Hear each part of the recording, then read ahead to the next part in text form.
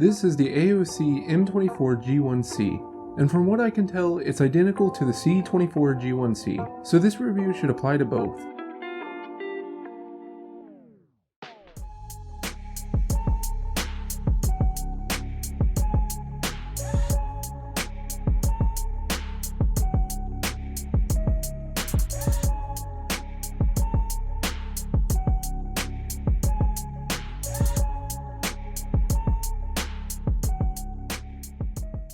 What's up everyone, I'm your host Corey, back again with another video. About 8 months ago I reviewed this monitor. In fact, it was the first video on this channel. My videos have since been upgraded quite a bit, and I just feel like I should make an updated review and go a bit more in depth.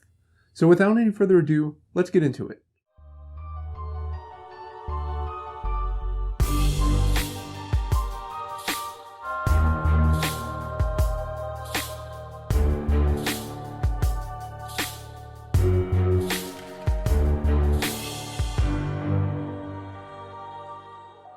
So before we get into the review, I just wanted to let you guys know that I make high quality budget reviews and cheap DIY electronics projects. So if that's something you'd be into, be sure to check out my channel. And if you like what you see, consider subscribing. It would really mean a lot to me. Moving on to the review, this is a pretty nice looking monitor in my opinion. You get pretty minimal bezels with the exception of the chin. And the body of the monitor is a nice matte black with a thin accent strip across the bottom. The stand looks pretty nice and isn't too gamery. The stand also features height adjust as well as tilt. Since my last review, I found that the stand adjustment is great, and I have yet to have any issues with it. This monitor can be found at Micro Center for $180, and with that you get a 23.6-inch curved VA panel with a resolution of 1920 by 1080 and a refresh rate of 144 Hz. You also get AMD FreeSync support, and for I/O you get a DisplayPort, VGA, 2 HDMI ports, a 3.5mm audio jack, and finally a Kensington lock. When I first got this monitor, I assumed that it had built-in speakers since Windows recognized it as an audio device. This, however, was not the case.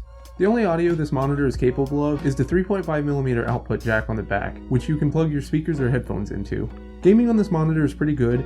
AOC claims a 1 millisecond response time, and with the 144 Hz refresh rate, games run silky smooth as expected. Just make sure you enable the high refresh rate in Windows. Using the desktop is also very fluid, and there's very minimal ghosting visible. But I don't just use this monitor for gaming. As this is my main monitor, I use it for photo and video editing as well as web browsing and content consumption. And I don't have any issues performing my day-to-day tasks. The screen gets decently bright with an advertised brightness of 250 nits, and the contrast is pretty good for the price. Now we get to some of the negative things I have to say about this monitor. Obviously having no speakers is probably a deal breaker for some people. For me it's not an issue since I use a pair of desk speakers, but everyone's situation is different, and it's something you should take into consideration. Another complaint I have is that I wish that the cutout on the stand was moved up just a little bit so that the cables weren't visible at the full height. And my final complaint is that the colors on this monitor aren't super good. Don't get me wrong, it doesn't look bad by any means, but compared to my Dell monitor, the colors aren't that great. For those of you interested, AOC advertises 99% coverage of the Adobe sRGB color space, and claims that this monitor produces 16.7 million colors. But that's all I have to say about this monitor.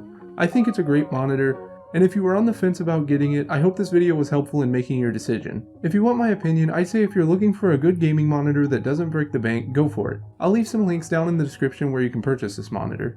But that about wraps it up for this one, so if you liked the video or found it helpful, be sure to let me know down in the comment section below. If you like my content, consider subscribing and hit that bell icon so you won't miss any future videos. So as always, I hope to see you in the next one. Later!